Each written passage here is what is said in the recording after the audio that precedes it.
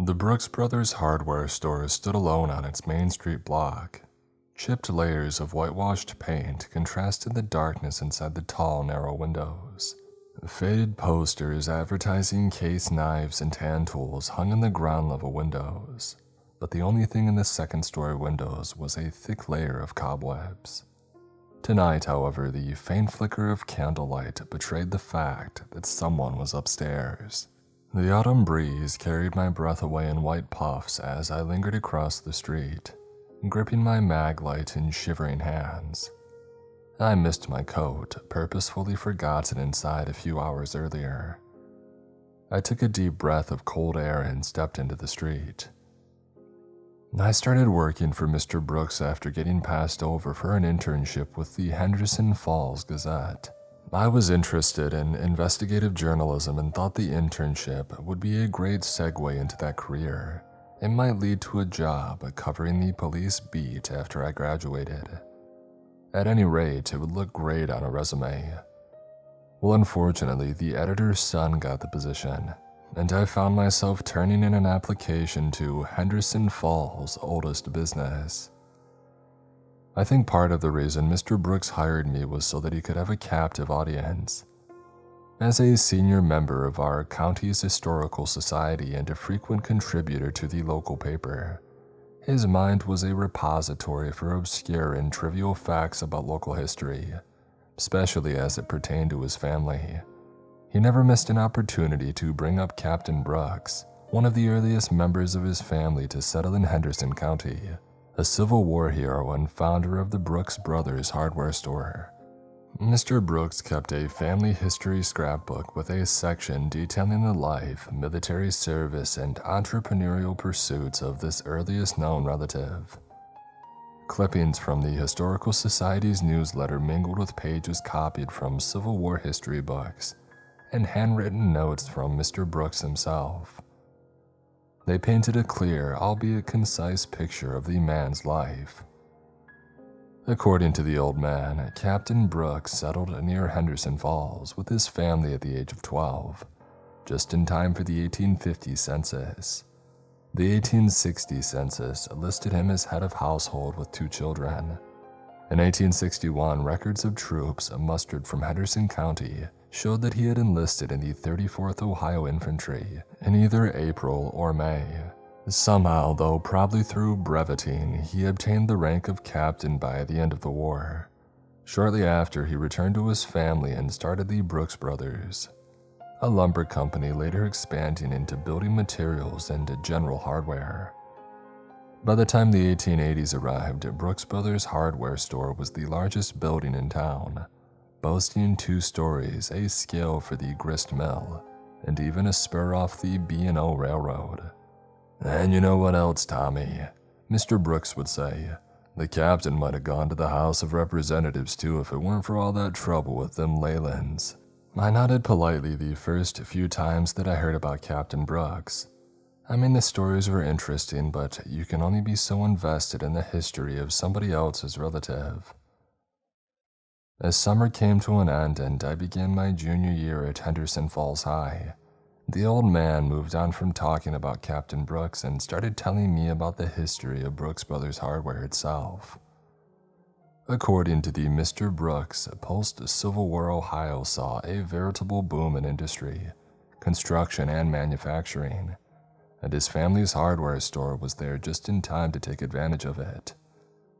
He claimed Brooks Brothers sold many of the furnishings to the courthouse when it was refurbished in 1867, served as the county's largest retail store, and even stocked some of the first cans of paint from some up-and-coming paint store out of Cleveland.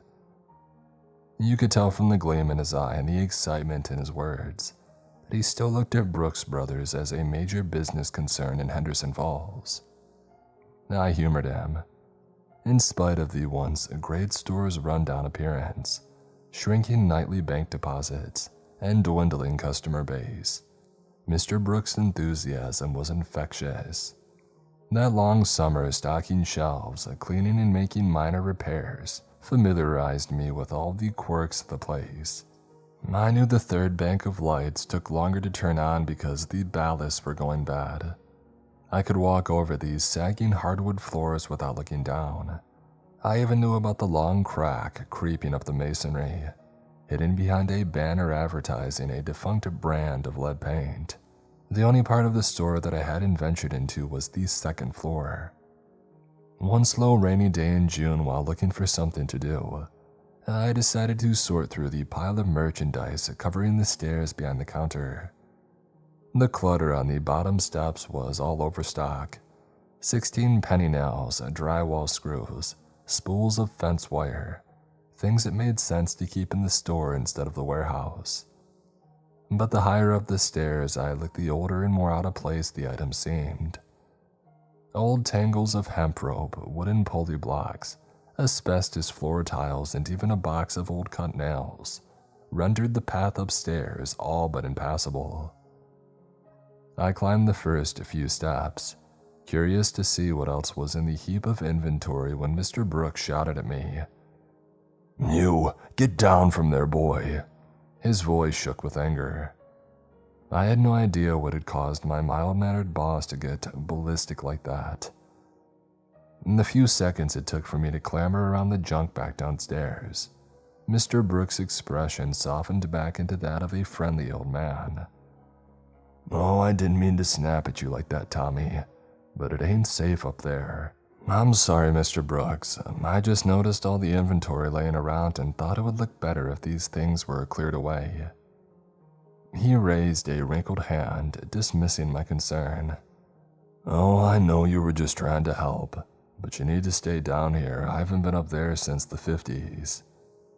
"Why not? The upstairs seems like a great place for storing inventory." The old man scratched his stubble. "If it was safe up there, you bet I would store some of our stock up there. I don't trust that floor, though. You've seen the ceiling over there next to the paint mixer." He gestured to the front of the store where a thin sheet of veneer plywood covered a swath of tiles on the high ceiling. "I was up there one day, rough housing with my kid brother Mike, and you'd never met him. Well, anyway, we both ended up wrestling over a weak spot on the floor. The roof must have had a leak and dry rotted it. Long story short, my dad had to pull me and Mikey both out of the hole by our Buster Browns. Believe me, there's no reason for you to go up there."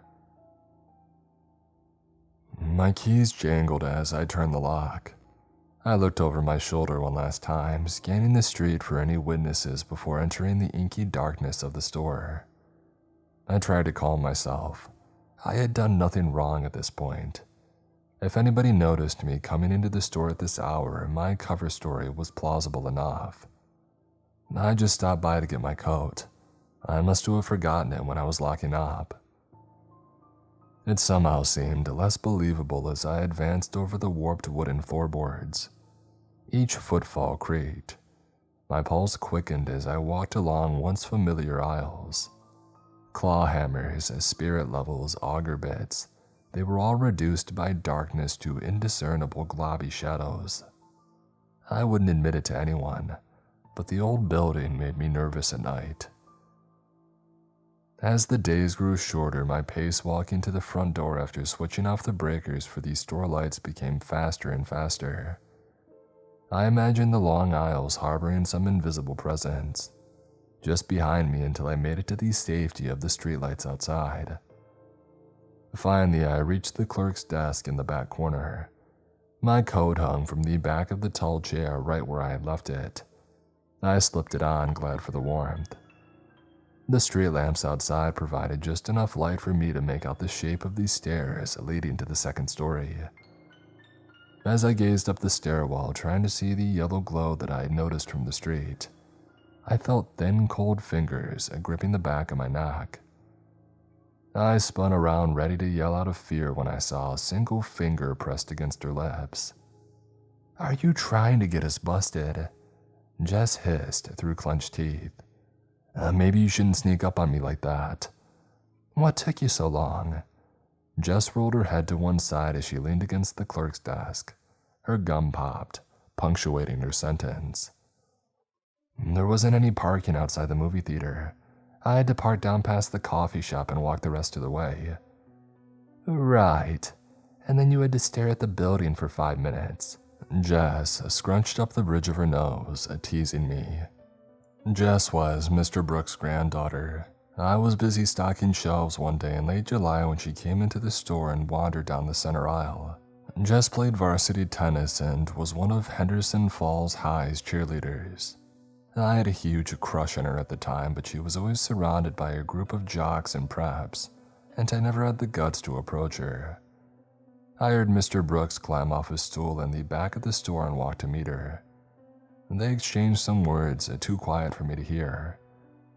"Hey Tommy, come over here, I got somebody for you to meet." I made my way to where they stood standing, and Mr. Brooks wasted no time. "Tom, this is my granddaughter Jess." We traded awkward smiles. In a school as small as Henderson Falls, you know everybody, even if you don't have classes together.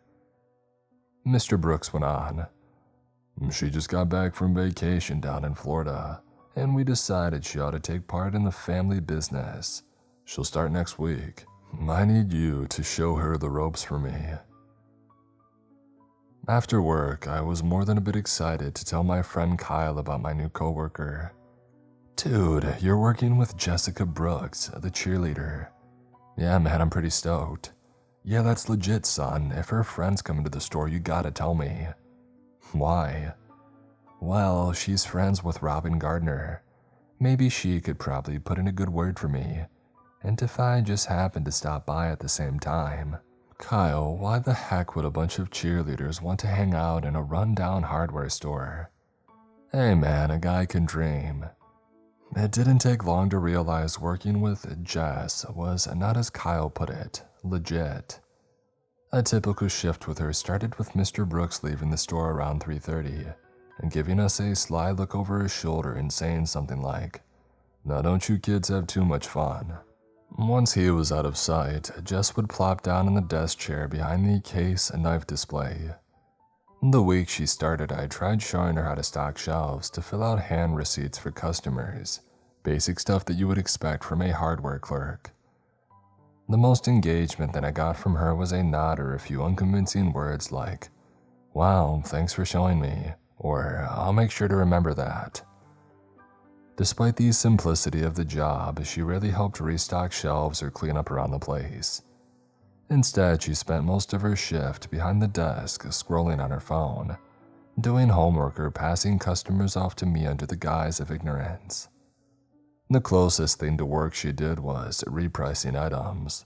Most of the store's stock actually came from large box stores and was repriced for the local market. I discovered this when I noticed the remnants of a Home Depot sticker Jess either gave up on or forgot to remove entirely from a box of machine screws. For the first few days she worked with me, I tried making conversation, but we didn't seem to have a lot in common. If it didn't have to do with school gossip, sports, or the music that she listened to, she didn't seem interested in talking about it.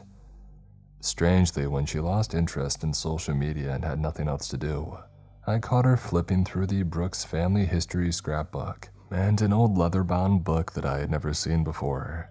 It seemed to start out of boredom, just another way to pass the time, but she seemed to become progressively more interested in her grandfather's scrapbook and the leather book. She never struck me as a history person, but I wrote it off as more of an interest in her own family than anything. Despite the various diversions she had, Jess still found time to bother me. Sometimes she would interrupt me from whatever book I was reading. By now, any excitement about working with her was gone. I would have rather worked alone instead of doing everything while she sat around. I stopped trying to make small talk with her and focused on doing my job. "I don't see how you can sit there reading like that, tomboy," she said, smirking.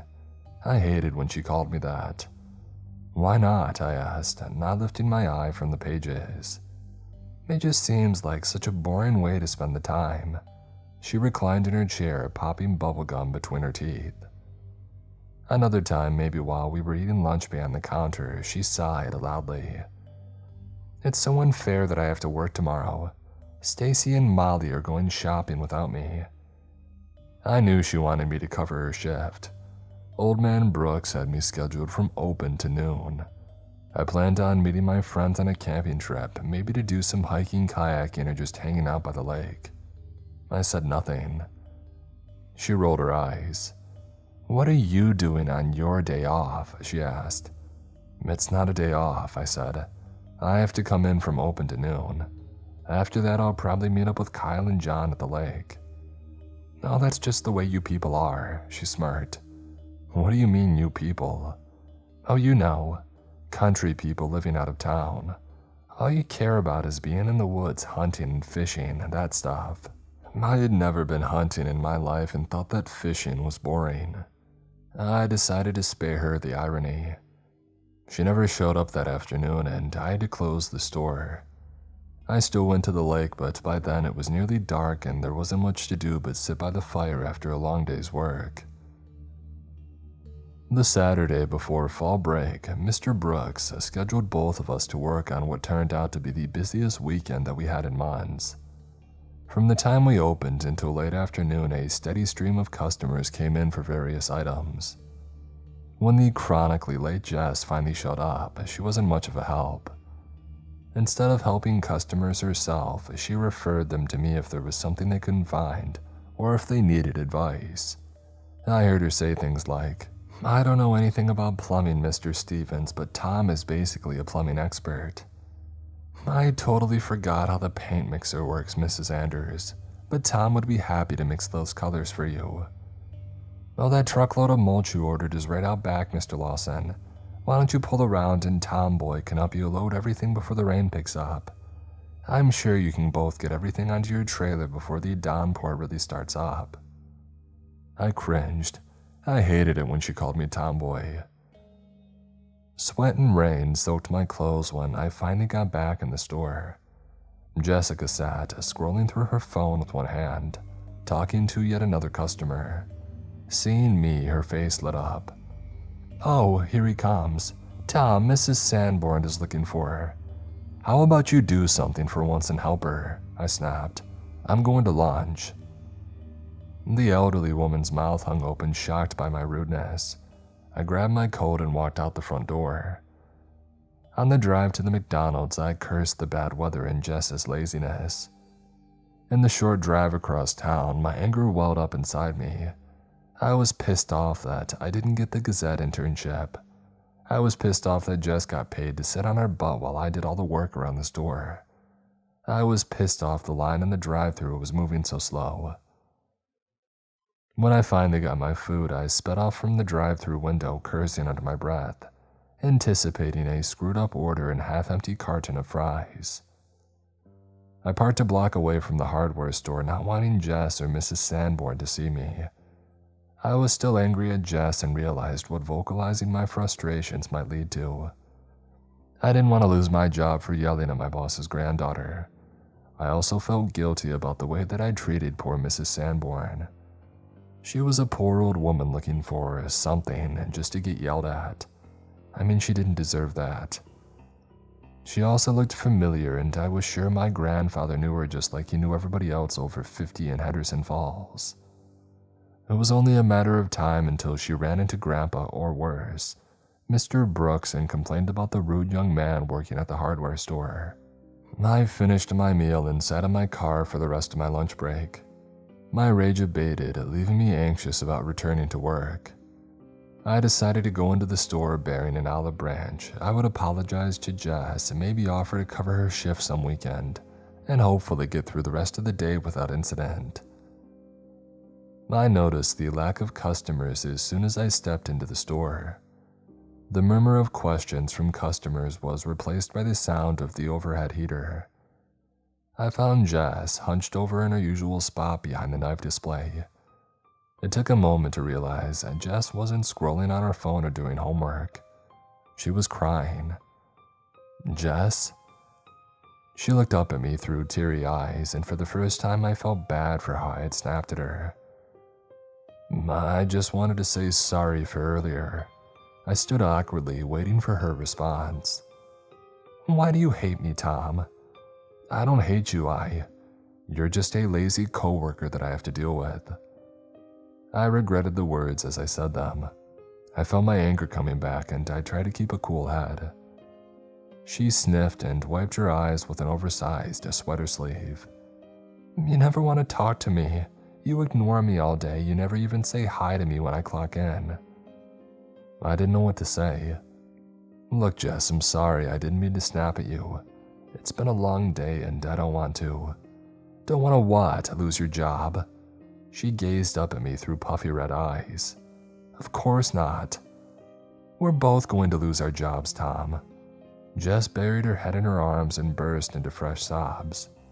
I frowned, confused by the turn the conversation took. Why would your grandfather fire you? Because the store is going out of business. She raised her head up. Every night the deposits are getting smaller and smaller. I found these stuffed into Grandpa's ledger. She rummaged through the stack of mail beside her and pulled out a stack of envelopes. Last notice, late fee, past due, overdrawn. She slid them from her hand to the desk like she was dealing cards. The sender's names coupled with the red-stamped messages worried me. Henderson County Tax Office, Nibco Plumbing Supply, 3rd Street Bank, Henderson County Rural Electric, a few miscellaneous suppliers for merchandise not purchased and resold from other stores. For the life of me, I couldn't figure out why Jess cared so much about the rundown hardware store. She didn't seem interested in the actual management of the place. I doubted she had hopes of one day running it herself. I remembered her perusing Old Man Brooks' scrapbook. Maybe it was a matter of family pride. I dragged my stool closer to Jess and tried to comfort her. Yeah, I know this looks bad, but what's the worst that can happen? I'll find a new job somewhere else, and so will you. Mr. Brooks is old enough to retire anyway. Don't you think he would like to get out of this place and... That's the thing, Tom. He can't retire. He puts everything into keeping this place open. Any profit that he takes goes right back into paying for more products or paying the bills. Jess tapped the old-fashioned ledger on her desk. You know how much money this store has in its checking account? It's less than $100. Just because the store is broke doesn't mean the old man is. Look at your paychecks, tomboy, she said without her usual mockery. They don't say Brooks Brothers Hardware. They say Simon J. Brooks because he shares an account with the store. I furrowed my brow as I thought. Surely there was a way out of this mess. Well, maybe you can sell the place and walk away with a nice profit. An investor could renovate this building just like the other ones downtown. Do you really think anyone wants to buy the place? Jess raised a challenging eyebrow. I shrugged. I knew there were some people buying up the old historic properties and gentrifying them. Somehow our dusty hardware store didn't seem a likely place for coffee, vinyl LPs, or whatever else the hipsters downtown liked. And even if he could find a buyer, it would break his heart selling the place. I mean, it would absolutely devastate him. Yeah, there was no denying that. Maybe the old man was a bit detached from reality and given to romanticizing the importance of the family business. But I think that made this sudden revelation of the place's impending demise that much more tragic. I dropped my head as I racked my brain for some words to comfort Jess. Suddenly, I felt a warm hand close over my wrist. I've been reading through some of Grandpa's notes. There might be a way out of this mess, but Grandpa would never go through with it. I raised my head to see Jess looking at me with pleading eyes. Will you help me, Tom? My watch read 11:48. Do you have everything we need? Jess slapped her backpack. Hey, it's all in here. We just need to get set up before midnight. She pulled a pink wad of gum from her mouth and smashed it under the desk before rising. Let's go, she said, wrapping her cold fingers around my hand and dragging me to the foot of the stairs. I felt like a kid reaching into a cookie jar, wondering if they were about to get caught. The wooden stair treads represented the point of no return. If Mr. Brooks or anybody else saw us, I'd be caught doing what he explicitly told me to never do. I clicked my flashlight on, shielding most of the light with my hand. Faint marks left behind by Jess's Chuck Taylors showed the path through decades of accumulated junk and old merchandise, all but blocking the stairway.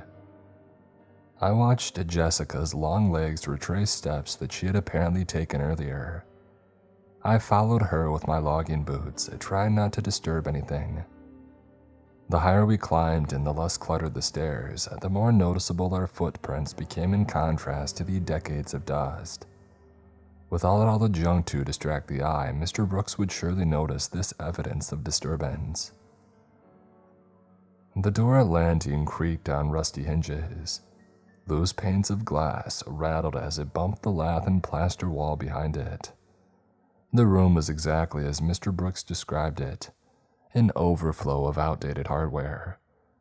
Scythes hung from rafters, moth-eaten burlap bags covered tables, and tendrils of leather straps from horse and carriage days spilled into the narrow walkway. There was even the odd sickle hanging from a nail on the pillars. Swaying as our footsteps caused the old floor to creak and at times noticeably bow under our weight. Jess picked up her stubby plumber's candle from the floor, leaving behind a small ring of coagulating white wax. We ventured deeper into the musty room. Any doubt surrounding Mr. Brooks' story of nearly falling through a weak spot in the floor vanished as my flashlight played over the section of splintered wood and exposed floor joists near the front of the store. I realized we might be in real danger of falling through a weak spot in the floor ourselves. But Jess led me deeper into the maze of cast-off wares. At one point while scanning the room, I accidentally slammed my knee into the exposed springs of an old mattress, sitting on a wrought iron bed frame. I cringed at the rusty squeaks, and Jess giggled at my muffled curses. Our narrow walkway gave way to a large clearing. The expanse was mostly unused space. I might have paid more attention to the wall of wooden shelves or the partitioned-off room near the front corner of the building, but my attention was captured by a hulking rectangular form sitting behind a stained rug. Gold pinstripes outlining the safe door glittered as we approached. A large, five-spoke wheel was mounted beneath to the dial. Decades of use had worn through the nickel plating, exposing the brass beneath. The safe's most striking feature was a portrait of a man's face painted above a scroll of gilded letters reading, C.W. Brooks and Brothers, H.D.W.E. Co., established in 1868. Like tintype photographs of the era, his expression was stern, no trace of a grin, and if there was any mirth in his eyes, the artist had failed to capture it. I felt a strange uncanniness as I looked at the bearded man's face, ultimately chalking it up to a family resemblance to my employer. I wondered if the old man had ever seen the portrait of Captain Brooks. "We don't have much time," Jess said. She kicked the red and gold rug away from the safe, revealing a circular black stain on the floor. I followed Jess's lead and knelt on the opposite side of the stain, watching her produce a sheet of onion skin paper and a thin board from her backpack. She set her candle to the side, illuminating the typewritten paper, before unfolding the board in the center of the stain. It featured a row of numbers from 0 to 10, the alphabet in capital letters, and the words yes and no in opposite corners. The caption at the top read, Ouija. "This is what you dragged me up here for. All of this over a Ouija board. Look, if you go into this with the wrong mindset, you will have a bad time." I looked over at the thing, half expecting to find the Hasbro logo on one of the corners, but looking closer, it actually seemed really old. It wasn't modern cardboard, it looked more like the antique boxes that I found in the warehouse. It had a dull appearance and some of the letters were partially worn away, either due to age or frequent use. I looked at the paper and read the lines closest to me. 1. Do not use in a graveyard. 2. Wait until the planchette stops on goodbye to put the board away. 3. If the board starts counting down from... Or it might not work at all, Jess interrupted, tilting her head to one side. And we'll have wasted all this time for nothing. Alright, fine. Where did you get this thing anyway? Kathy Connors, she gave me these instructions, board and planchet for the ritual, she continued, holding up a wooden pointer and setting it down on the board. I frowned. It hadn't occurred to me before agreeing to do this, honestly. I wasn't sure what I had agreed to at all. The only thing Jess told me was the key to saving our jobs and your grandfather's business was upstairs and that she needed help. I can't explain it, but I felt sudden apprehension looking at the board, sitting on the blackened circle in the candlelight.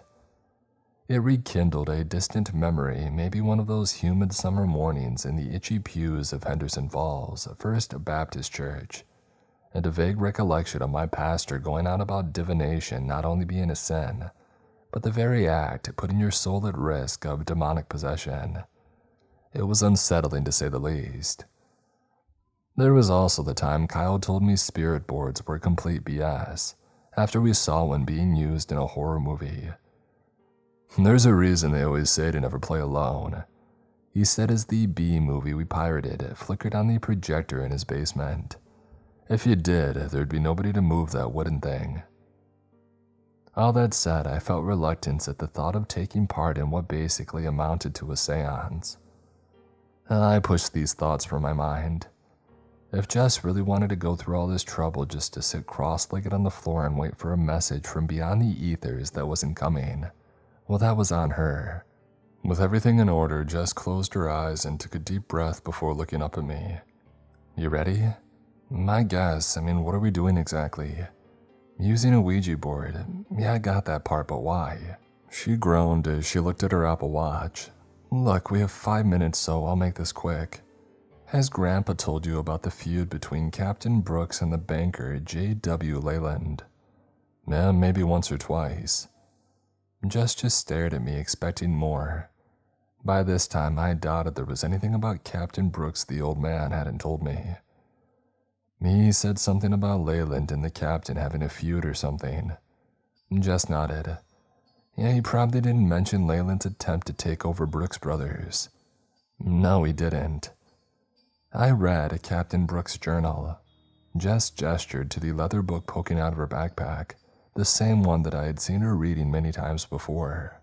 During the Panic of 1873, the store fell in hard times and needed loans to stay open. Leyland was a moneylender, and the two agreed to a loan in exchange for a promissory note, payable once the Captain Brooks railroad investments recovered. It's complicated, but after several months, Leyland attempted to claim Brooks Brothers for the loan being in default.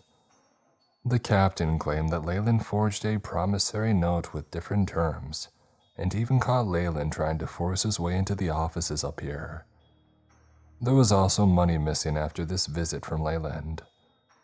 The whole thing went to the court, and the judge ruled in favor of a compromise between the two versions of the promissory note, since he himself couldn't verify which one was real. Brooks Brothers was ordered to repay half the loan immediately and the remaining half upon the later note's expiration. The store struggled after paying the first half of the loan. Rumors circulated about the Brooks family losing the store when Leyland called on the rest of the loan, and that's when something strange happened. He never came. He went missing days before the rest of the loan was due. The people were initially suspicious of Captain Brooks, but he had an airtight alibi. Other businesses in town came forward after his disappearance, claiming Leyland was guilty of unfair and misleading business practices, hidden balloon payments on loans and forced early repayment, interfering with businesses that he had loaned money to, and trying to assume control of them. And people started to think Leyland had made too many enemies in town and fled. After this, Captain Brooks' journal entries seemed to get paranoid. He mentioned his fear of Leyland's return. He changed the combination to the safe and wouldn't tell anyone, not even his family, what it was. He carried a revolver with him and insisted on locking the store himself each night. This went on a few months before he was found dead on this very spot. Jess pointed to the black stain, and my skin crawled under my coat. What happened? Well, no one knew for sure. The coroner said it was heart failure. After witnessing his paranoia, the family probably believed it. And you want to try asking his spirit for the combination to open the safe? You're really not as dumb as you look, Tommy boy. Why go to all this trouble? If there was anything in that safe, somebody would have hired a locksmith a long time ago. Well, it's a Chubb safe where they were world famous for their security. They used to say they were impossible to crack. I called around, but none of the locksmiths around here will touch it because it's an antique. I found a man online who works on old safes, but he was expensive. Well, how expensive? More than we make in a month. Did you call and talk to the guy? Maybe he's cheaper than you think, or maybe... Jess looked at her watch. Look, we don't have much time, just give me your hand. I sighed and placed my hand on top of the planchette. One last thing, Jess looked me in the eye. Her perpetual smirk vanished and her laughing eyes grew calm and focused. You have to promise that once we start, we keep going until the end. You got me? I nodded. And it doesn't end until the planchette says goodbye. Well, all right. Promise me. All right, I promise. Good. Jess rested her soft hand on top of mine. A cold handcuff bit my wrist as it ratcheted shut. I looked at the other end of the handcuff dangling from Jess's wrist. Before I could speak, she raised her free hand dismissively. Just some cheap insurance, she said. Insurance against what? Jess's watch alarm chimed. Midnight. She straightened up and whispered, Let me do the talking. She slid the planchette to the center of the board. Is there a benevolent spirit who wishes to speak with the living? Jess scanned the darkness beyond our candles' flickering light. A long silence passed before she spoke again. I am one of Captain Brooks' granddaughters. Is there a benevolent spirit who wishes to speak with the living? Wind whistled outside. The building's roof creaked under the strain. The planchette remained a dead piece of wood in our hands. I looked around the room and saw nothing. Jess looked over my shoulder once more. Biting her lip, she spoke up. I am a descendant of Captain Brooks. Is there a spirit who wishes to speak with the living? My heart thudded inside my chest. It wasn't the wind picking up outside or the sudden chill in the air or Jess trembling across from me. It was the planchette moving. Not under the guidance of Jess's hand or mine, but some invisible force. It slid slowly to the word, yes, before returning to the center of the board. Jess went pale, but smiled uneasily. Who are we speaking with? The pointer skated across the board, spelling out a message. Captain Brooks. Jess's face lit up with triumph. We came to ask you, but the planchette kept moving. You shouldn't be here, Jess. He got me. Now he's coming for you. Leave now. The pointer moved towards goodbye, but it was nearly there when it shot back to the center of the board. Heavy footfalls echoed through the room. Jess shook her head in stunned silence. I scanned the room but saw nothing. Who's there? The board spelled out Leyland. We're here on behalf of Mr. Brooks. Jess shuddered as she spoke. Another Brooks in financial trouble, how predictable. Jess wiped tears from her eyes before speaking. Mr. Leyland, I know you and the captain had difficulties, but we need help opening the safe. A cold breeze burst through the room, carrying a madman's laugh. Our weak light source trembled, sputtering and threatening to go out until the gust exhausted itself and the flame steadied. I hope no one, especially a Brooks. Mr. Leyland, please, it's a matter of saving my grandfather's business. The wind rose up again. A raspy voice vocalized the board's words slowly as the planchette spelled them out. This is my business. Jess sat speechless. Before she could speak, the cursor in the voice went on. When I came to call on Captain Brooks's loan, murdered me on this very spot. A chill ran down my spine. I looked at the stain beneath us, suspecting for the first time it wasn't from a water leak or spilled ink. Images of a banker dying, a safe slamming shut, and the smell of black powder smoke flashed through my mind. "What does any of this have to do with me?" Jess cried. "Your family owed me a debt in life, and I'm here to collect after death." "He can't hurt us, can he?" I asked, trying not to panic. Wicked laughter echoed through the room. Jess looked faint when her eyes fell on Kathy Connor's sheet of paper. "What's wrong?" the voice taunted. "Didn't anybody tell you not to play in a graveyard?" A faint metallic whir alerted us to the safe towering above us. The dial raced from one digit of its combination to another before stopping with a click. The 5-spoke wheel twisted, stopping with a metallic thunk as the logging bars retracted. The massive door swung open on lazy hinges, and Jess saw it before I did and screamed. Inside was the dried-up husk of a man still in a Gilded Age suit. Yellow, wrinkled lips curled away from ivory-white teeth as it stared at us with sunken, hollow eye sockets. "Don't you think there was a reason the captain never gave anybody the combination to this safe?" Jess sobbed, her pale face reddened from crying. "You don't have to do this. I never borrowed anything from you." "Captain Brooks' debt will be repaid." Disembodied laughter echoed through the room. The open safe swayed with each reverberation. The planchet jerked to 9 and started counting down. 8, 7. "It can't get to 0, Tom. Help me." Each time the planchet moved, we forced it back to the previous number. The resistance was startlingly strong, and we shoved it back to 9. I don't know what scared me more, not knowing what would happen if it made it to 0, or the fact its movements were getting harder to fight.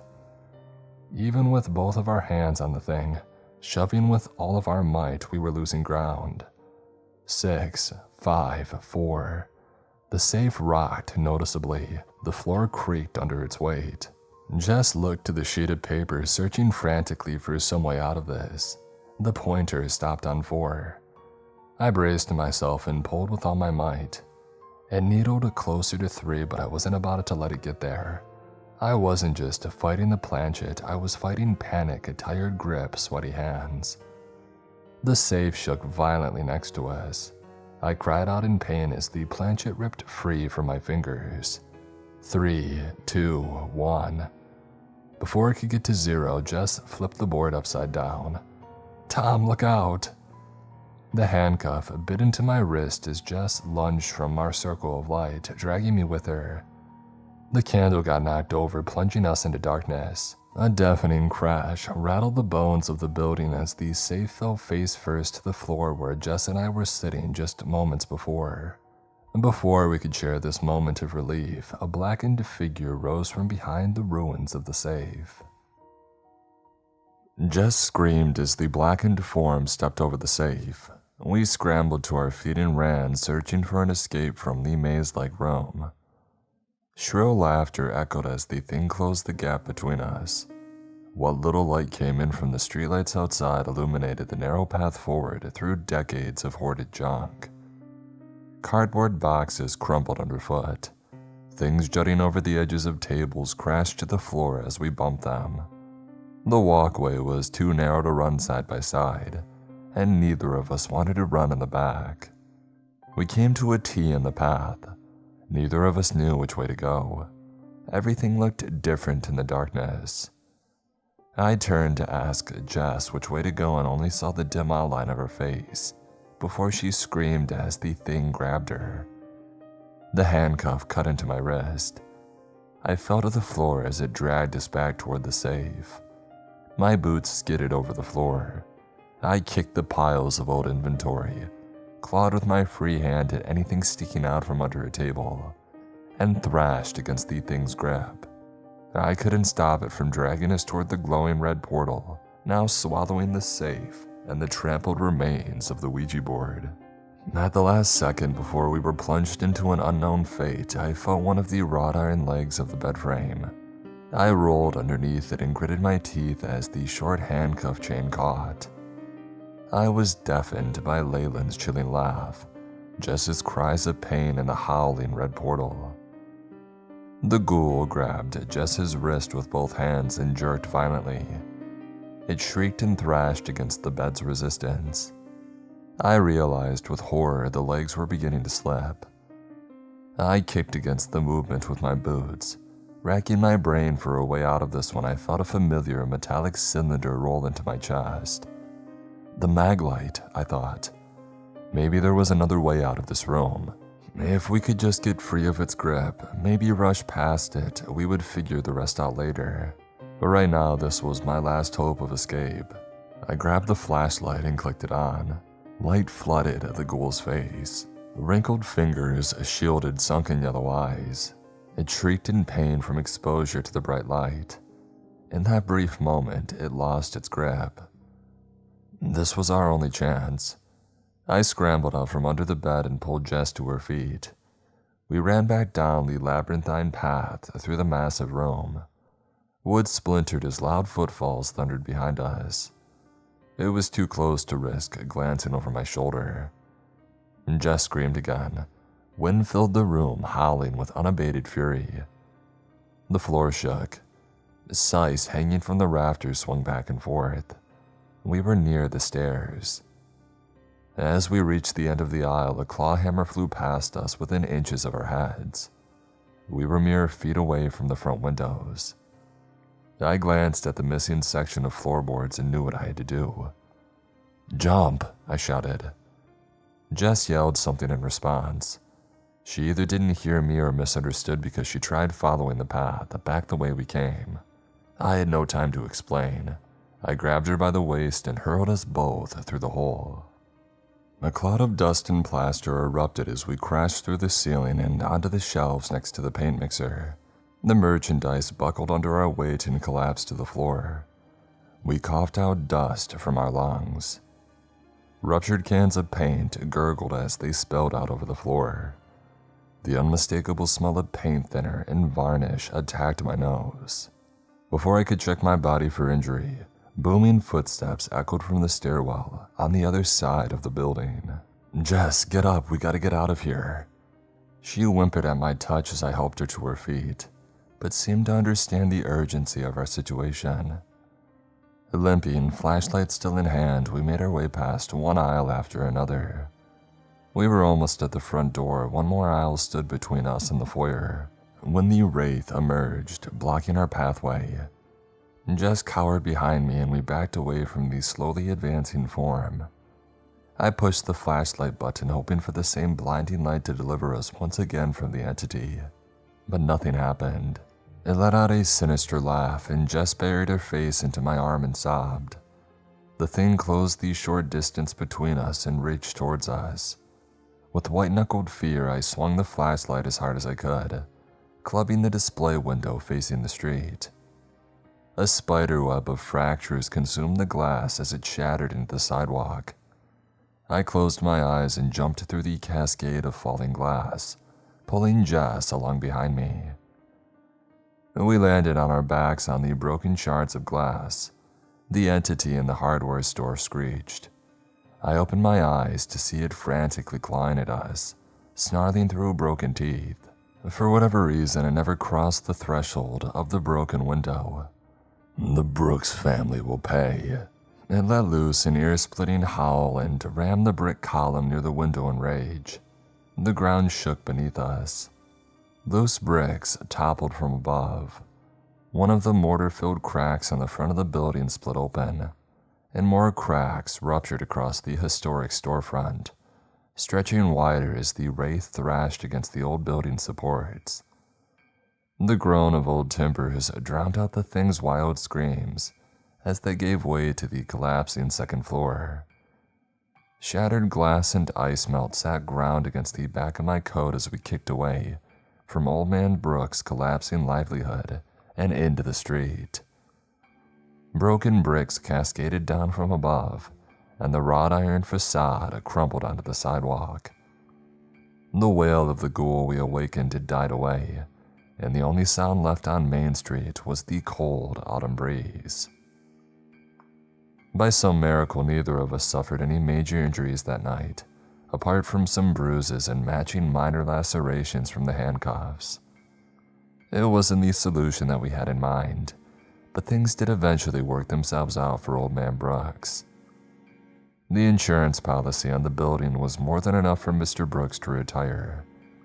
While the insurance company did their investigation, Mr. Brooks insisted on renting shop space and one of the other derelict downtown storefronts. I think he did it more out of a desire to keep busy than anything else. Most of the customers were actually the old man's friends, the same crowd that used to gather around the kerosene heater in the old store and chew the fat.